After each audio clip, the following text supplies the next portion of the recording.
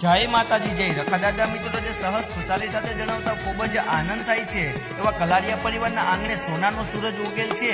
એવા ભરતભાઈના ઘરે લાડકવાયા દીકરાનો જન્મ થયેલ છે. તે લાડકવાયા દીકરાની માનતા રાખેલ છે.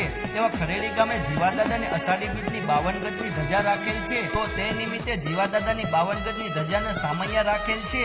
તારીખ 7/7/2024 રોજ રાખેલ છે. તો સર્વ મારી 99 નાઈટને ભાવભર્યું આમંત્રણ છે અને મારું કલારિયા પરિવાર સર્વ કલારિયા પરિવારનું ભાવભર્યોને સ્વાગત કરે છે.